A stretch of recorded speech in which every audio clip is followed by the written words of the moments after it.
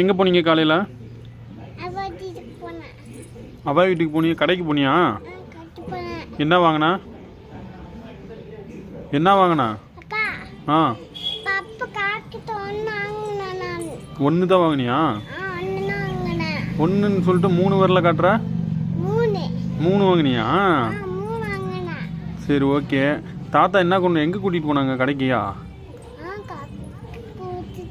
கொடுத்துட்டு போயிட்டாங்களா? சரி. நீ ஏன் இன்னும் குளிக்காமல் இருக்கிற காலையிலேருந்து? ம்